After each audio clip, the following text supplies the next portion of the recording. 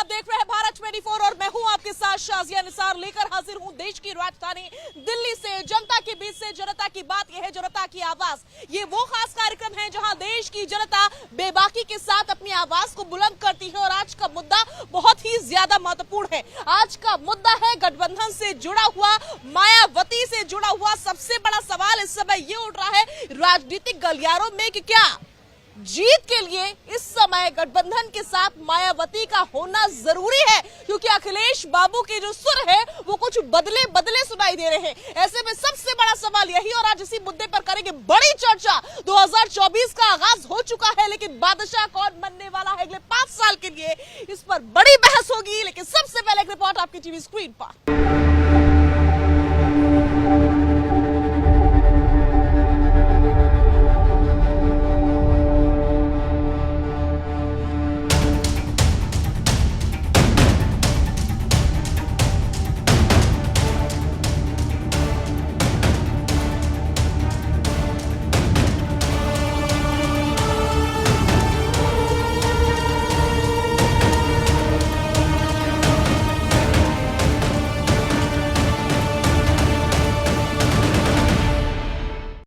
जुड़ चुकी है, सभी का बहुत बहुत स्वागत है। और दूसरी तरफ खास मेहमानों का पैनल इस समय मौजूद है। मोहम्मद आसिफ साहब हमारे साथ मौजूद रहने वाले हैं, सर्वेश पाठक जी हमारे साथ मौजूद रहने वाले हैं, अवधेश कुमार जी अपनी उपस्थिति दर्ज करवाएंगे और साथ ही साथ आरबी उपाध्याय जी भी हमारे साथ मौजूद रहने वाले हैं। सभी का बहुत बहुत स्वागत। और अवधेश जी के साथ मैं शुरुआत करने जा रही हूँ। अवधेश जी, क्या लग रहा है बहुत दिन बाद ऐसा लग रहा है अकल आ गई है, मायावती भी जरूरत बनती हुई नजर आ रही है इस समय इंडिया गठबंधन के लिए?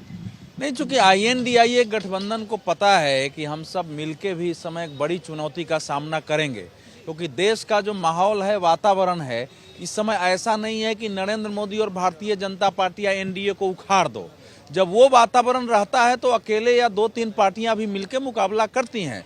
तो देश का वातावरण ऐसा है कि INDIA में जितने लोग अभी हैं या आने वाले हैं, उन सबको लगता है कि एक भी पार्टी अगर बाहर रह जाती है तो संभव है कि उसके कारण ही हम नरेंद्र मोदी को या भाजपा को नहीं हरा पाए। तो कोशिश कर रहे हैं।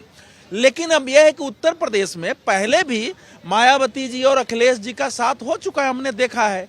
उस समय भारतीय जनता पार्टी ने लोकसभा चुनाव में उस समय भी 63 सीटें प्राप्त कर ली थी और 67 सीटें प्राप्त कर ली थी और बीजेपी को 49.5% वोट आ गए थे।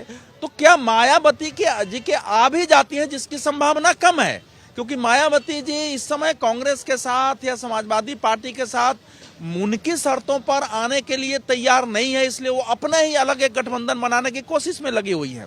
तो भविष्य में क्या होगा कहना कठिन है, लेकिन इससे ये पता चलता है कि INDIA के लोगों को इसका आभास हो गया है कि इतने दुष्प्रचार के बावजूद, इतने अभियान के बावजूद, यात्राओं के बावजूद इस समय 2024 के चुनाव के लिए नरेंद्र मोदी और भारतीय जनता पार्टी इतनी बड़ी चुनौती है कि उनको पराजित कर पाना कठिन है। इसलिए एक एक वोट को जोड़ो, इसका अर्थ केवल इतना ही है। लेकिन सबसे पहले जो INDIA में पहले से लोग हैं, क्या उनको पहले एकजुट रखने की स्थिति है कि नहीं है?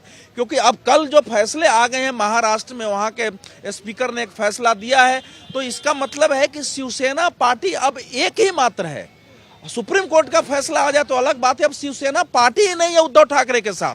तो एक बहुत बड़ा झटका इस समय INDA के लिए है, क्योंकि जिसकी कोई पार्टी नहीं है तो फिर उनके शिवसेना के कोई सांसद नहीं हुए, शिवसेना के कोई विधायक नहीं हुए। और महाराष्ट्र सबसे बड़ा आधार बनाने की कोशिश हो रही है। शरद पवार वहां से हैं, उद्धव ठाकरे वहां से हैं, तो एक बड़ी ताकत बनाने की कोशिश हो रही है। बड़ी बात आपने कही। आरबी उपाध्याय जी, क्या आपको भी लगता है ऐसा कि इस बार बहन जी ही है वो शख्स जो INDIA गठबंधन की नैया को पार लगाने वाली है? लेकिन ये ख्याल जरा देर से आया है। देखिए, ऐसा नहीं देर आए दुरुस्त आए। और हर पॉलिटिकल पार्टी का, हर नेता के फॉलोअर होते हैं और हर पॉलिटिकल पार्टी का अपना एक कहते हैं वोट का पॉकेट होता है। मान लीजिए हम समाजवादी पार्टी की बात करें तो वो M और Y की बात करते हैं, मुस्लिम और यादव दोनों की बात करते हैं। अब अगर हम BSP को लेते हैं, मायावती को, तो वो दलित और मुस्लिम की बात करती हैं। तो अगर मायावती को साथ नहीं लिया गया तो जो M फैक्टर है वो वोट बट जाएगा। और जो गठबंधन है, इंडिया गठबंधन, वो नहीं चाहता कि एक भी वोट बटे। वो चाहते हैं सारा वोट कंसोलिडेट हो और एक जगह पड़े, तभी बीजेपी को हम कहीं शिकस्त दे पाएंगे। और वैसे भी अभी देखिए राम मंदिर का उद्घाटन होगा, उसके बाद पूरा देश एक्चुअल में राममय हो जाएगा।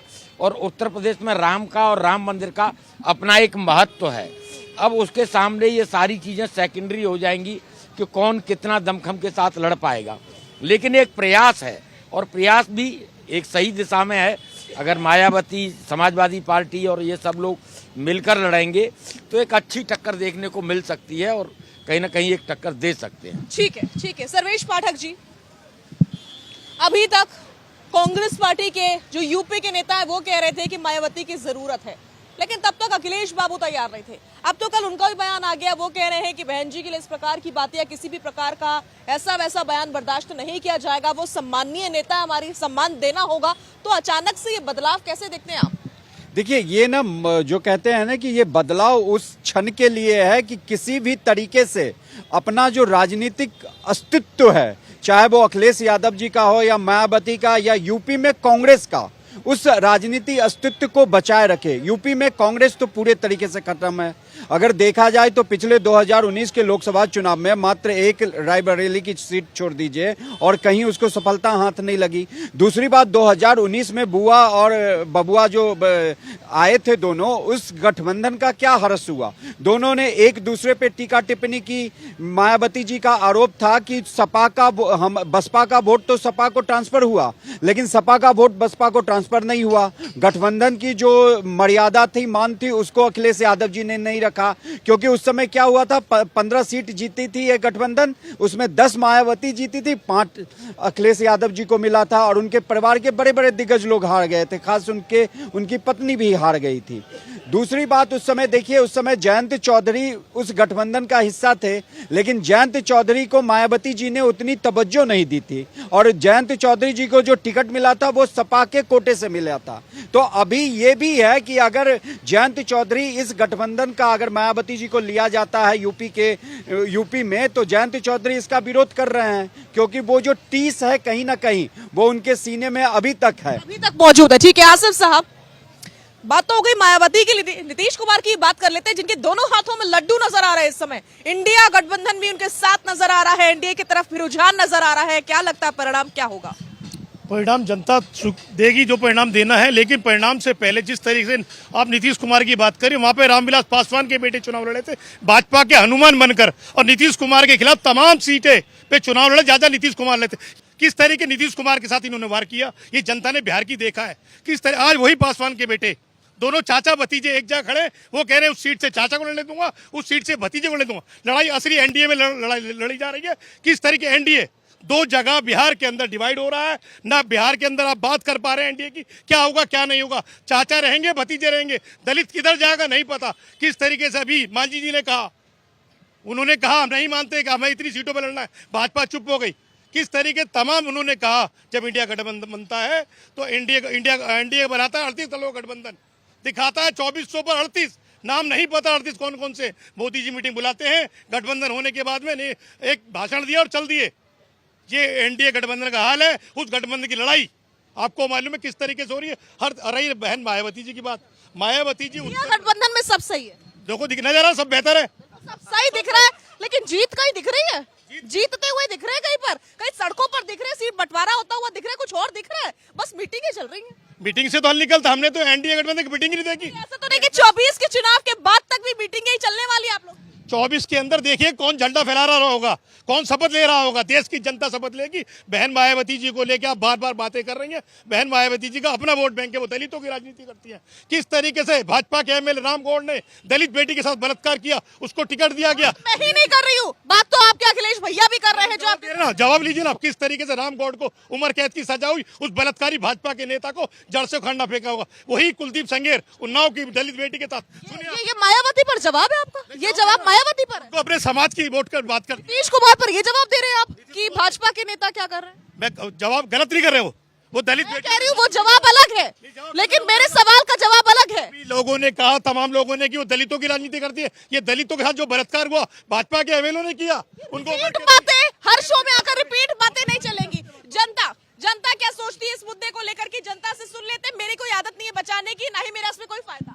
देखिए, ये इंडिया गठबंधन ये जो आपस में ही लड़ता रहेगा। 2024 में मोदी की एक तरफा लहर चल रही है मैम।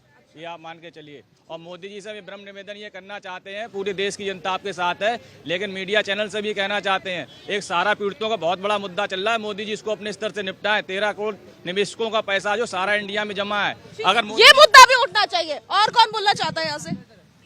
देखिए मैम, हम तो आपके द्वारा कहना चाहते हैं, आस्था में सबका हक है, सब धर्मों का आदर होना चाहिए, चाहे विपक्ष को, चाहे कितनी आपस में दुश्मनी हो, पर दुश्मनी नहीं निकालनी चाहिए जब धर्म का मामला आता है। मैं ये कहना चाहता हूँ, कांग्रेस जितना भी करे, नहीं जाए कुछ करे, मायावती भी चाहे कुछ भी कहे, देखिए कांग्रेस ने कम्युनिस्टों के साथ भी आप बंगाल में जाके चुनाव लड़ा था, कुछ क्या हाल हुआ, क्या रिजल्ट निकला। अखिलेश के साथ भी लड़ा, क्या रिजल्ट निकला। मायावती है, मायावती और अखिलेश का भी गठबंधन हुआ, क्या रिजल्ट निकला। मैं उस सब पे ना जाके ये कहना चाहता हूँ, आप लोग अगर जनता का विश्वास पाना चाहते तो हर धर्म की इज्जत करें, हर धर्म का पालन करें, और तभी आप लोगों का उद्धार होगा, अदरवाइज जनता आपका उद्धार नहीं होने देगी। मैडम, मैं मान्यवर काशीराम जी का पड़ोसी था करोल बाग में। शुरू में जब उन्होंने DS4 शुरू की थी, शुरू के दिनों में मैंने उनको देखा साइकिल रैली ले जाते हुए, और बहुत संघर्ष उन्होंने किया, तो उसके बाद ये पार्टी बनी। तो उनका एक पेपर था बहुजन संगठक, उसकी 3 लाख कमिटेड रीडरशिप थी दिल्ली NCR में, और वो शायद वो चाहते, मुझे ऐसे लगा, हो सकता है मैं गलत भी हूँ, कि वो चाहते थे कि मैं उस अखबार का मतलब। ठीक है, पॉइंट ये है कि आज के नेताओं में वो चीज नजर नहीं आती। अवधेश जी, कांग्रेस की बात कर लेते हैं। राम मंदिर को लेकर के इन्विटेशन मना कर देते हैं, लेकिन सीट बंटवारे पर फैसला नहीं कर पा रहे, क्या चल रहा है? नहीं, INDIA में अभी तो INDIA एज सच गठबंधन बना नहीं है। एक संगठन बनने का अर्थ होता है कि उसका कोई संयोजक हो जाए, उसका कोई कार्यालय हो जाए, उसकी कोई बैठकें हो जाए। विधानसभा चुनाव के पहले जब बैठक हुई थी मुंबई में, तो तय हुआ था कि पहली रैली भोपाल में करेंगे, वो रैली हुई ही नहीं उसके बाद। और अब इस समय आप जानती हैं कि अभी नीतीश जी ने अपने अध्यक्ष को हटाया था, और उसमें मुख्य बात यही थी, जो कि उनके प्रवक्ता ने बाद में कहा भी, कि नीतीश जी वैचारिक रूप से INDIA के संयोजक हैं और वैचारिक रूप से प्रधानमंत्री के उम्मीदवार भी हैं। तो INDIA में अपने इतने अभी अंतर विरोध हैं कि एक संगठन का रूप कब तक लेगा ये कहना कठिन है। लेकिन बाद में तो प्रपोजल ममता जी की ओर से, केजरीवाल जी की ओर से सपोर्ट में खड़गे जी को चला गया। ये खड़गे जी का भी जो नाम आया, उसके एक दिन पहले ममता जी के प्रवक्ताओं ने स्पष्ट रूप से कहा था कि ममता जी इसमें सबसे अनुभवी नेता है, इसलिए उनको प्रधानमंत्री का उम्मीदवार बनाया जाए। ममता जी ने उनका खंडन नहीं किया, तो एक स्ट्रेटेजी से, रणनीति से उन्होंने खड़गे जी का नाम आगे कर दिया। केजरीवाल जी ने उसको सपोर्ट कर दिया ताकि राहुल गांधी की उम्मीदवारी सामने ना आए। तो INDIA में जो अपना अंतर विरोध है वो दिख रहा है इस समय।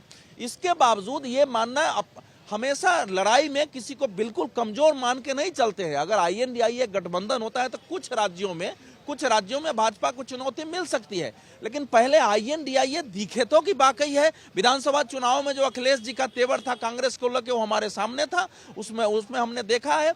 अब मायावती जी अभी क्या करेंगी कहना कठिन है, लेकिन मायावती जी का पिछले 2019 के लोकसभा चुनाव में और 2022 के विधानसभा चुनाव में क्या हैसियत रही है। 12% वोट उनके सिमट गए हुए हैं। तो मायावती जी अगर आ भी जाती है मान लीजिए, तो कांग्रेस की क्या हैसियत है? 6% वोट है, 1 लोकसभा सीट है, विधानसभा में उसके 2 विधायक हैं। तो उसमें कांग्रेस या बाकी मिलकर यूपी में कोई बहुत बड़ा खेल कर जाएंगे, ये संभव ही नहीं दिखता है इस समय की परिस्थिति में। आसिफ जी से आपने सवाल पूछा था, आसिफ जी ने INDIA पर कुछ नहीं बोला है, जो कुछ भी बोला है वो बीजेपी NDA पर बोला है। तो बीजेपी NDA तो सब जानता है कि बीजेपी अकेले 303 सीट है, अकेले वो करीब 350, 375, 80 सीटों पर या 400 पर भी लड़ सकते हैं, उनके छोटे छोटे पार्टनर हैं। लेकिन INDIA में किसी दल की ऐसी हैसियत नहीं है कि वो 300-400 सीटों पर लड़ सके। तो इसीलिए NDA में उस प्रकार के दल हो ही नहीं सकते हैं, क्योंकि जो बचे दल है वो उसमें आ गए हैं। लेकिन अभी तक NDA में किसी प्रकार के मतभेद की संभावना नहीं दिखी है। NDA का संयोजक स्पष्ट हो गया है, NDA की मीटिंग हो रही है, उस ढंग से INDA का नहीं हो रहा है, ये फैक्ट है इस समय का। और देश की जनता देख रही है कि अब चुनाव तो बिल्कुल, एक पार्लियामेंट सेशन अब मात्र बाकी है संसद का, उसमें क्या होने जाएगा। तो इसीलिए मेरा अंतिम कहना यह है कि INDIA के हम पत्रकार लोग अभी ज्यादा चर्चा कर रहे हैं। INDIA जब तक गठबंधन बनता नहीं है कि इसके संयोजक कौन होते हैं, उसका कार्यक्रम कोई तय नहीं होता है, कोई कमेटी नहीं बनती है, तो गठबंधन है नहीं। वो उसके पैरेलल NDA एक गठबंधन के रूप में हमारे सामने है और लोकसभा चुनाव में वो दिख रहा है कि जाएगा। ठीक है। देश की सबसे बड़ी पुरानी पार्टी खास करके आरबी उपाध्याय जी कांग्रेस होने का दावा करती है भी, इसमें कोई दो राय नहीं है। लेकिन समझना ये चाह रही हूँ, फिर से आपसे भी ये समझना चाहूंगी कि जब राम मंदिर को लेकर के, वहां जाने को लेकर के फैसला 2 मिनट में यूं ही चुटकी बजाते ही लिया जा सकता है, तो फिर ये सीट बंटवारे को लेकर के, संयोजक को लेकर के, प्रधानमंत्री चेहरे को लेकर के तो इतनी मीटिंग हो चुकी है, इतनी चर्चाएं हो चुकी है, कोई फैसला नहीं ले पा रही पार्टी। देखिए कैसे ले पाएंगे, अभी एनडीए की बात कर रहे थे साहब। देखिए एनडीए में क्या है कि वहाँ बीजेपी मुख्य भूमिका में है और जिसको जितनी सीटें देगी सब उस पर राजी होंगे और लड़ेंगे। इंडिया गठबंधन में हर नेता और हर एक दल अपने आप में अगुवाई करने के मूड में। नीतीश जी चाहते हैं मैं प्रधानमंत्री पद का दावेदार हूँ और मेरी अगुवाई में सब हो, ममता जी चाहती है मेरी अगुवाई में हो। अब बड़ा भाई बनेगा कौन, छोटे भाई रहेगा कौन, वहाँ कोई छोटा रहना नहीं चाहता। और देखिए गठबंधनों का इतिहास रहा है जहाँ जनता का कोई मुद्दा नहीं है, सब कह रहे हैं भी एक को नहीं हरा पा रहे, चलो सब मिलके चलते हैं कुर्सी खींच लाएंगे। ऐसा थोड़ा होता है, ये जनता है, जनता वोट करती है। तो कहीं ना कहीं गठबंधन में जनता के मुद्दे होने चाहिए। जनता के मुद्दों पर बात होती है नहीं, मायावती जी की बात होगी, पासवान जी की बात होगी, सबकी बात होगी। अरे भाई जनता वोट करेगी, जनता की भी तो उसमें बात हो। और पिछला इतिहास उठा के देख लीजिए, गठबंधन बनते हैं सिर्फ सत्ता के लिए और अपने फायदे के लिए बनते हैं, और जब फायदा नहीं होता तो वो बिखर जाता है। चाहे वो समाजवादी पार्टी बीएसपी का रहा हो, चाहे समाजवादी पार्टी कांग्रेस का रहा हो, सब जितने भी गठबंधन हैं अपने फायदे के लिए होते हैं। बड़ी बात आप कह रहे हैं आसिफ साहब, इन बातों का कोई जवाब है कि जनता के मुद्दों को लेकर के ना विपक्ष कोई बात करता है, और अब उसी विपक्ष में से जो गठबंधन तैयार हो रहा है ना, उस गठबंधन में कोई बात होती है, फिर जीतेंगे कैसे? जब बेरोजगारी की बात होती है तो जनता को दिखाई देता, मीडिया को दिखाई नहीं देता कि इंडिया गठबंधन के लोग बेरोजगारी की बात कर रहे हैं। कब करी थी आखिरी बार? कब बात नहीं की, हमेशा बात। आखिरी बार आवाज ऊंची करने से आप सही नहीं हो जाएंगे, आवाज ऊंची होने से आप सही नहीं हो जाएंगे, आवाज ऊंची होने से आप सही नहीं हो जाएंगे, आवाज ऊंची करने से आसिफ साहब आप सही नहीं हो जाएंगे। मीडिया सब दिखाती है और जनता सब जानती है, आपको यकीन नहीं है, जनता से पूछ लेते हैं। आप हर खबर मैं जवाब दे रहा हूँ। हाँ जी, अब देखते हैं। कोई खबर भारत 24 छुपाता है? देखिए जितनी भारत इस चैनल के वो पब्लिसिटी बढ़ी है ना अपनी सच्चाई दिखाने पे, पर झूठों का कहते हैं झूठ बोल रहे कौवा काटे। भारत जोड़ो यात्रा चली तो हमने दिखाई या नहीं दिखाई? मैडम जी आपने भारत जोड़ो यात्रा दिखाए, जवाब मिल गया आपको? आपको अभी यकीन नहीं तो यूट्यूब चैनल खोलिए और देखिए अभी, उसके बाद आप आरोप लगाइएगा। सर्वेश पाठक जी, इस तरह की बेतुकी बयानबाजी, कांग्रेस पर सवाल पूछो, बीएसपी पर सवाल पूछो, गठबंधन पर सवाल पूछो तो जवाब बीजेपी पर देते हैं, फिर काउंटर कर दो कि बीजेपी को घेरना छोड़ दो तो मीडिया के ऊपर आ जाते हैं। लेकिन अपनी गलतियों का ठीकरा दूसरों के ऊपर फोड़ना की आदत बन चुकी है। देखिए ये इंडी गठबंधन के जो लोग हैं उन्होंने तो बकायदा प्रेस रिलीज निकाल के मीडिया के उन तमाम एंकर और रिपोर्टर्स को बैन करने की बात कही थी। जो मीडिया चौथा स्तंभ है उसके कुछ लोगों को कह दिया था कि हम इनको बैन करेंगे, इनके डिबेट में नहीं जाएंगे। और आपने सही कहा, अगर आप इनसे मुद्दे की बात करेंगे तो ये बगले झांकेंगे, और जब इनके पास जवाब नहीं होगा तो ये मीडिया पे सवाल उठा देते हैं। आप इनसे बात करिए ना कि आखिर ये जो विपक्षियों का गठबंधन बना है, ये उनकी अपनी जो अस्तित्व की लड़ाई है, अपने अस्तित्व को बचाने के लिए है या बीजेपी को हराने के लिए? अभी 5 राज्यों में चुनाव हुआ विधानसभा का। विधानसभा के चुनाव के मुद्दे अलग होते हैं। वहां पे 3 राज्यों में, 2 राज्यों में बीजेपी ने कांग्रेस से सत्ता छीन ली, तेलंगाना में कांग्रेस ने सरकार बनाई, लेकिन उसके बावजूद भी ये लोग ईवीएम पे आ जाते हैं। कांग्रेस जीतती है उसी ईवीएम से, लेकिन बाद में कहती है कि ईवीएम में गड़बड़ी है।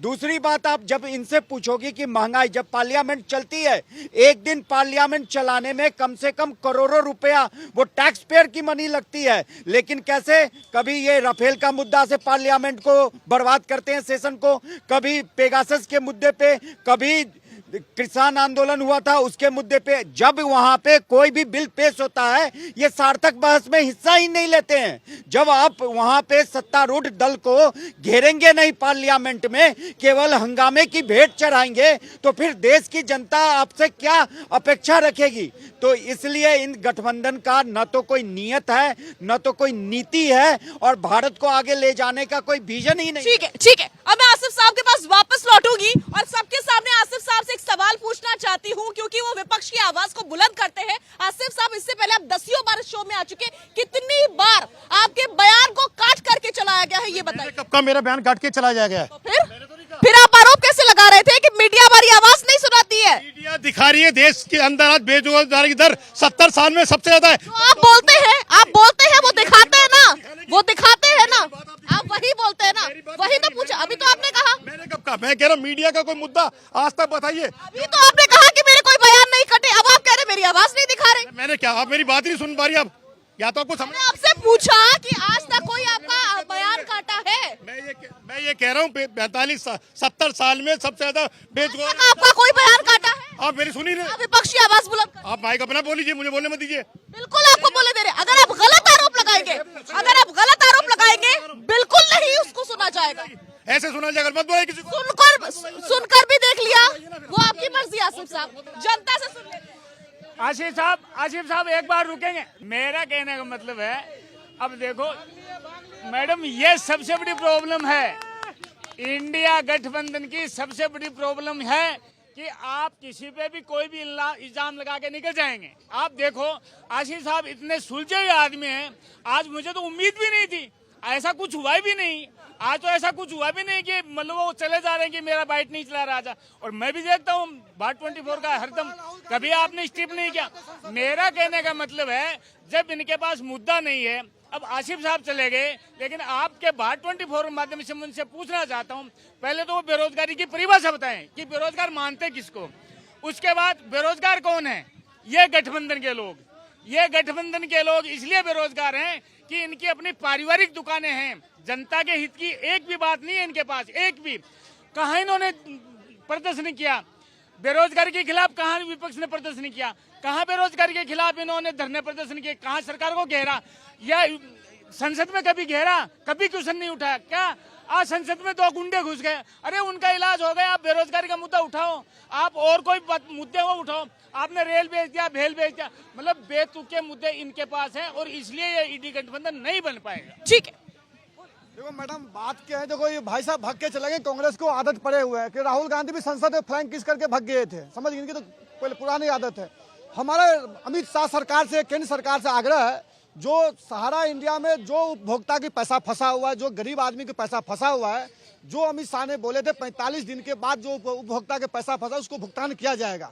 हम कह रहे हो गरीब को, सहारा इंडिया वालों को पैसा को भुगतान करना चाहिए, उनको पैसा को देना चाहिए। ये मुद्दा है। ये मुद्दा हमारा, जो गरीब तक पैसा पहुंचे, ब्याज नहीं भी दे लेकिन उसका मूल जो राशि है वो गरीब तक पैसे, इसलिए क्यों वो रिक्शा वाले के पैसा है, बेलदार के पैसे। देश जी, मुझे समझ में नहीं आया आसिफ साहब को मेरी बात इतनी क्यों चुप गई। उन्होंने मुझ पर, मीडिया पर, पत्रकार होने पर सवाल उठाया कि उनकी बातें हम नहीं सुनाते जनता को। मैंने जवाब दिया, हम तो सब कुछ दिखाते हैं। अब यूट्यूब चैनल हमारा उठाकर देगी, पुरानी वीडियोस ही पड़ी होगी, तो वो नाराज होकर चले गए।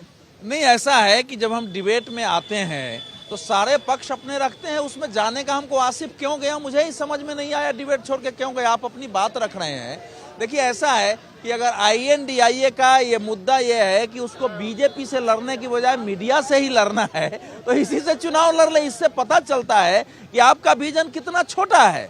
मीडिया में आपके पक्ष विपक्ष दोनों चीजें चलती हैं, चलती ही रही है। आपने अपने हिसाब से बैन कर दिया, तो ये समझ में नहीं आता है कि INDIA के समर्थक लोग अगर आते हैं तो यहाँ बीजेपी के बजाय उनको मीडिया से क्या समस्या होती है? इसका अर्थ है कि फ्रस्ट्रेशन नहीं, अपनी कमजोरी होती है अंदर की कि आप उन सवालों का उत्तर नहीं दे पाते हैं जो आपसे पूछा जाता है। एक बार भी INDIA पर उन्होंने उत्तर दिया नहीं था। जब भी बोला है, NDA पर बोला है, बीजेपी पर बोला है, वो भी आपका अधिकार है। लेकिन किसी परिस्थिति में इतना कि हम इतना मतलब गुस्से में आ जाए कि डिबेट छोड़ के चले जाए, तो कल ये क्या गुस्से में आकर के चुनाव छोड़ के चले जाएंगे? ऐसे तो होता नहीं है डिबेट में। इसलिए उनका जाना, जब व्यक्ति कमजोर होता है ना, जब व्यक्ति के पास विचार मरते हैं, तब वो व्यक्तिगत आरोप लगाता है, तब वो आप पर आरोप लगाता है। इसलिए विचार की कमी, दृष्टि की कमी, भविष्य में नरेंद्र मोदी से हम लड़ेंगे कि नहीं लड़ेंगे, इसको लेके जो निराशा और नकारात्मकता है वो सब छोड़ने में दिखता है। उसकी चिंता हमको नहीं करनी चाहिए। हम अपना दायित्व निभाते हैं, सभी से सवाल करते हैं, जो उत्तर देगा, सही लगेगा वो सुनेंगे, जहां टोकना होगा उसको टोकेंगे। ठीक है। आरबी उपाध्याय जी, मुझे ये समझ में नहीं आ रहा है कि जब राम मंदिर को लेकर के इतनी बयानबाजी हो रही है, इतनी बातें चल रही है, इनविटेशंस तक ठुकरा दिए जा रहे हैं, तो ऐसे में जो सबसे इंपॉर्टेंट है INDIA एक गठबंधन के लिए कि वो आगे बढ़ाएं, जो चल रहा है, जो वार्ता चल रही है, जो बातचीत चल रही है, जो बैठकें चल रही हैं और उसको किसी परिणाम पर लेकर आए, वो नहीं हो रहा है, बाकी हर चीज हो रही है। ऐसा क्यों? देखिए, परिणाम पे पहुंचाएगा कौन सा जी? मैंने कहा ना, सब बड़े भाई की भूमिका में है। आप मेरी नहीं सुन रहे, मैं आपकी नहीं सुनूंगा, अपनी अपनी डपली, अपना अपना राग, तो फिर वहाँ उस तरह से चलता नहीं है।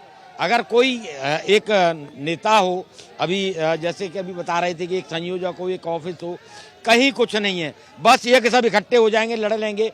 अभी 5 विधानसभा के चुनाव थे, आपने देखा कितना एका था।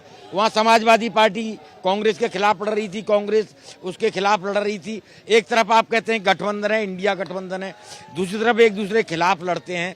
तो ये जो सेल्फ कंट्राडिक्शन है ना, ये कहीं ना कहीं गर्त में ले जाता है। दूसरा अभी पाठक जी भी कह रहे थे कि भी संसद नहीं चलने देते।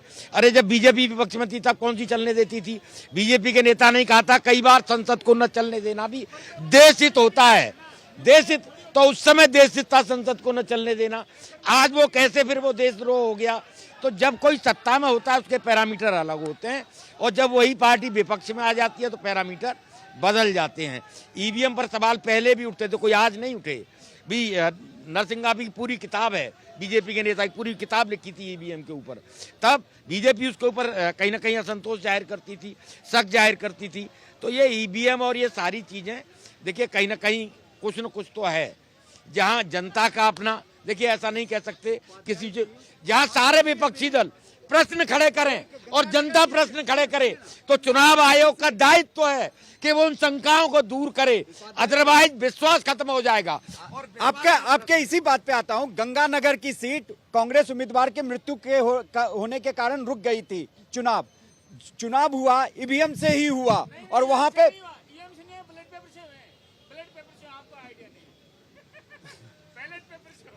अभी तक सब ये कहते हैं कि भाई मान लीजिए 5 राज्य थे, 4 अपने पास रख लिए, एक छोटा सा दे दिया कि आप ये न कह पाए कि ईवीएम में कोई गड़बड़ है।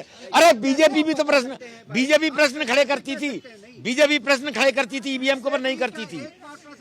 खड़ा किया ना, तो अविश्वास है। वहाँ पे ईवीएम पे खुद जीत गए तो ईवीएम ठीक ठाक, हार गए तो ईवीएम खराब। आम आदमी पार्टी लैंडस्लाइड विक्ट्री वहाँ करती है पंजाब में, तो भैया हमें जनता का समर्थन मिला है। गुजरात में हार जाती है तो भैया ईवीएम हमारे लिए खराब है। अरे भैया ऐसे कब तक चलेगा, कब तक? अब तो देखिए मीडिया में हैक करके दिखा रहे हैं, भी सुप्रीम कोर्ट में लोग जा रहे हैं, जनता प्रश्न खड़े कर रही है, सारे विपक्षी दल प्रश्न खड़े कर रहे हैं, और लोकतंत्र में चुनाव आयोग की भूमिका का संदिग्ध हो जाना ये बहुत बड़ा। सुनिए, सुप्रीम कोर्ट ने कहा था कि भाई जब चीफ इलेक्शन कमीशन नियुक्त होगा तो उसमें कहीं ना कहीं चीफ जस्टिस रहेगा। बदल दिया गया, यानी कानून को आप बदल रहे हैं क्या? अजय जी, मुझे ये नहीं समझ में आ रहा है वाकई ऐसा क्यों होता है कि जिन राज्यों में आप लोग हार जाते हैं उस समय आप कहते हैं कि ईवीएम में दिक्कत थी, प्रॉब्लम क्रिएट कर दी गई, लेकिन जहां जहां आप जीतते हैं, ऐसे बहुत सारे राज्य जहां पर आप लोगों की सरकारें हैं, वहां कुछ भी नहीं होता, वहां सब सही रहता है। वही देखिए, इन्होंने जो इलेक्शन कमीशन है उस पर सवाल उठाया। सुप्रीम कोर्ट ने ये कहा, सुप्रीम कोर्ट जब कॉलेजियन सिस्टम की बात आती है वहां चुप हो जाते हैं। अभी आखिर वो रेपिस्ट जो भी बीजेपी के थे वो छूटे वहां गुजरात में, सुप्रीम कोर्ट ने कहा नहीं, वापस जेल में जाएगा। और एक भारतवर्ष का सबसे भ्रष्टाचारी नेता लालू यादव बीमारी का बहाना बना के जमानत लेके बैठा हुआ है, लेकिन सुप्रीम कोर्ट के माननीय जज को वो भी नजर नहीं आ रहा है। दूसरी बात हो गई कि जो ईवीएम की बात होती है, अगर ईवीएम इतना ही अगर किया जाता तो लैंडस्लाइड विक्ट्री से कोई पार्टी जीतती है तो उसको जनता का समर्थन बनता है। और जब इलेक्शन कमीशन ने इन सारी पार्टियों को बुलाया था कि आप आइए हमारे पास और हैक करके दिखाइए, तब कोई नहीं, क्यों नहीं पहुंचा और वहां पे दिखाया क्यों नहीं? देश की जनता ये भी जानना चाहती है। दूसरी बात अभी राम मंदिर का मुद्दा है या जो भी है, और कांग्रेस पार्टी ने ठुकराया। देखिए, रावण के दरबार में लड़ाई होने से पहले अंगद जी को भेजा गया था और अंगद को ठुकरा दिया था रावण ने, और फिर उसके बाद रावण का क्या हाल हुआ हम सभी भारतवासी और सनातनी जानते हैं। कांग्रेस पार्टी को इतनी बड़ी, माननीय नेहरू जी से लेके आज तक एक भी बंदा जो कांग्रेस पार्टी परिवार से है वो अयोध्या नहीं गए हैं, अयोध्या धाम नहीं गए हैं। तो आप अंदाजा लगा सकते हैं कि ये एक बार तो कहते हैं कि हम भारत की सब जनता को लेके चलते हैं, लेकिन जो एक सनातनी वर्ग है, जो उसकी आस्था का बात है, वहां पे ये पीछे हट जाते हैं। आखिर इनको निमंत्रण अस्वीकार करने के पीछे क्या है? क्यों ये देश की जनता को आपस में भटकाते रहते हैं? ये नहीं भूलना चाहिए कि भगवान राम तो सबके हैं। ये सवाल कैसे वाजिब है कि जो अयोध्या नहीं गया वो हिंदू नहीं है? बेशक वो हिंदू है, लेकिन कोई हिंदू अयोध्या जाने से इनकार कर कैसे सकता है? सवाल ये भी है। 15 मैं आपको एक बात बताना साजिद जी, देखो धर्म पे बहस होनी ही नहीं चाहिए। धर्म एक निजी आस्था का विषय है, इस पे टीवी चैनल मेरा भी ऐसा मानना है कि ऐसी बहस नहीं होनी चाहिए। और अभी कोई कुछ बोल देगा, अभी रामभद्राचार्य ने कितना बेतुका बयान दिया है। इतने बड़े संत, ये मैं तो सोच भी नहीं सकता, इतने बड़े संत इतनी मतलब छोटी लैंग्वेज का काम में ले सकते हैं। अब आप ये समझिए, मैं कांग्रेस पे आता हूँ। कांग्रेस 138 साल पुरानी पार्टी, और उनके पास टीवी चैनल पे जाने के लिए प्रवक्ता नहीं है, और वो देश की जनता का मन जीतना चाहते हैं। आपके प्लेटफॉर्म के माध्यम से देश की जनता देखती है ना। किसी भी टीवी चैनल मीडिया आज पब्लिक में जाने का क्या साधन है? मीडिया का ही तो है ना। और मीडिया में वो आएंगे नहीं, प्रवक्ता आएंगे। ऐसे आरोप लगाएगी कि मीडिया हमको दिखाती है। यही तो मैं कह रहा हूँ, यही तो सबसे बड़ी बात है। मीडिया क्यों नहीं दिखाएगा? मीडिया स्वतंत्र स्तंभ क्यों नहीं दिखाएगा? आप लॉजिक अच्छे उठाइए। आप हम जैसे लोगों से जब आर्गुमेंट लेते हैं तो पार्टियों में प्रवक्ता से क्यों नहीं लेंगे? मेरे तो ये समस्या पर है। ये बड़ी बात है। ये लोग जो कांग्रेस वाले बार बार मीडिया भी सवाल उठाते हैं। जब राहुल गांधी अमेरिका गया था, वहाँ के एक पत्रकार ने उनसे सवाल किया था हिंसा की मतलब क्या होता है, उनको राहुल गांधी की ये भी पता नहीं था। फिर उसने पत्रकार ने जो वहाँ के वो था एंकर, तो उनसे पूछा इससे पहले आपको कोई सवाल पूछा था? तो बोला हाँ पूछा था। जवाब दिए? तो बोला नहीं। फिर लोकतंत्र कैसे करते हैं? आप खुद जवाब नहीं दे पाते, सामना नहीं कर सकते हो, पत्रकार को एंकर को सामना नहीं कर पाते हो, फिर वो आपकी कौन लाएगा? अब बात ईवीएम की सवाल कर रहे हैं। भाई ईवीएम की चुनाव हुआ किसकी सरकार में? कांग्रेस की सरकार ने 2014 में चुनाव हुआ था। ईवीएम लाया किसकी सरकार ने? आप जो बीजेपी पे ईवीएम की बात करो, नरोत्तम मिश्रा इतने ब्रांडेड नेता था मध्य प्रदेश से, वो चुनाव हारे कि नहीं हारे? फिर वो भी चुनाव जिता लेते उसको बीजेपी वाले ने। आप ये बोलो कि कांग्रेस के साथ अभी जनता नहीं है, ये नेता जोड़ने का काम करता है। कांग्रेस मोदी जनता को जोड़ने का काम करता है। फर्क यहाँ पर है, बैक में आप जमीन पर स्तर उतर के काम करिए, जनता आपके साथ है। राहुल गांधी दिन को पेंशन बनाते हैं, रात को कुली काम करते हैं आनंद विहार स्टेशन पे, फिर बोले बेरोजगारी है देश में। जब राहुल गांधी बेरोजगार नहीं तो और कौन बेरोजगार है?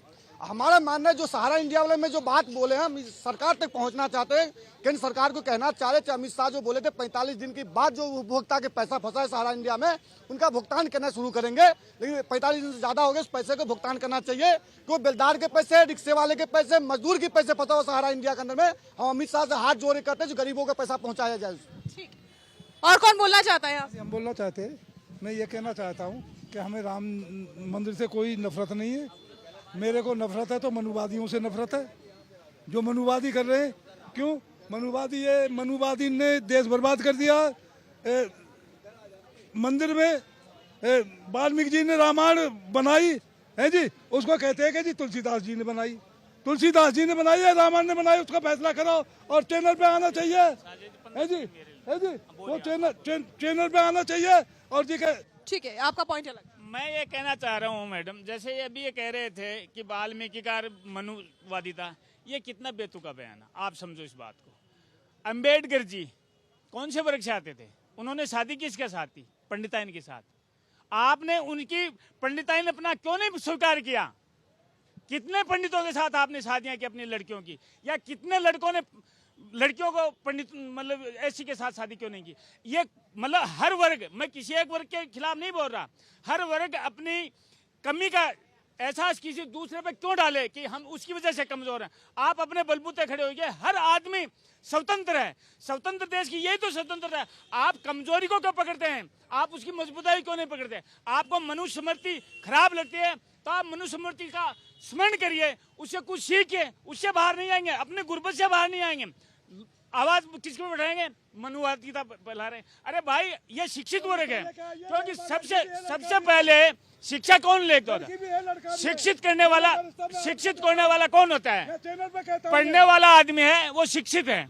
इसका वर्ग से कोई लेना देना नहीं है, उससे वर्ग से कोई लेना देना नहीं। यदि एससी के आदमी से दिक्कत होती तो उनको संविधान सभा का अध्यक्ष क्यों बनाया जाता? आप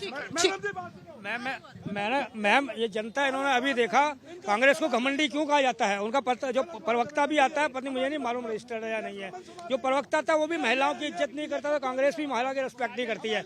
आप देखिए, आपसे सही सवाल पूछा, सही जवाब दिया, उनके पास नहीं था और वो यहाँ से छोड़ गए, भागे। कांग्रेस क्षमा मांगेगी इसके लिए? क्या कांग्रेस ऐसे प्रवक्ताओं को बेच के क्षमा मांगेगी? मैं यही कहना चाहता हूँ, इनको घमंड नहीं होना चाहिए, इसलिए घमंडी इनको कहा जाता है। यहाँ पे जो सरकार के आदमी है मैम, वर्तमान में भारत सरकार के कोई आदमी हैं या बीजेपी के हैं, तो आपसे हाथ जोड़ के मैं विनती करता हूँ कि हमारी पेंडिंग भर्ती करवा दीजिए। ठीक है भैया, ठीक है। अवधेश जी, यहाँ हर शख्स के अपने अलग मुद्दे हैं, इसीलिए हम इस शो को जनता की आवाज कहते हैं। नहीं, ये शो का है और लोगों ने अपना अपना मत प्रकट किया है। लेकिन देखिए, दो बातें आई हैं जिनका मैं पहले उत्तर दूंगा। भारतीय जनता पार्टी की 2004 में वही हालत थी जो इस समय कांग्रेस और INDIA की है। उन्होंने ईवीएम पर सवाल उठाए थे, लेकिन 2006-07 के बाद वो ईवीएम का मुद्दा खत्म हो गया। बीजेपी 2009 में लोकसभा चुनाव हारी, उसने कभी नहीं कहा कि ईवीएम के कारण हारे हैं। जितने चुनाव हारे उन्होंने अपने वापस ले लिया था। लेकिन ये लोग करीब 2 दर्जन फैसले सुप्रीम कोर्ट के, हाई कोर्ट के मिला के ईवीएम पर आ चुके हैं और ईवीएम को बार बार सही साबित किया गया है। फिर भी ये इसलिए उठाते हैं कि आपको पता नहीं है कि जनता की नब्ज आपके हाथ से छूट चुकी है, लोग वोट दे रहे हैं। जो दूसरी बात इन्होंने मनुवाद की उठाई है, देखिए वाल्मीकि जी आदि कवि थे।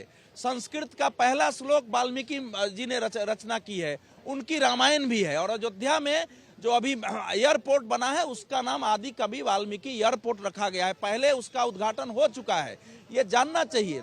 और जो राम जी का मंदिर है उसमें भी वाल्मीकि रामायण के चारों तरफ खुदे गए हैं। लोग मानते हैं कि वाल्मीकि हमारे आदि कवि थे, उन्होंने संस्कृत की रचना की, राम जी के पैदा होने के पहले ही राम जी की कथा लिख दी है और वहां से अलग अलग लोगों ने लिखी है, जिसमें तुलसीदास भी है।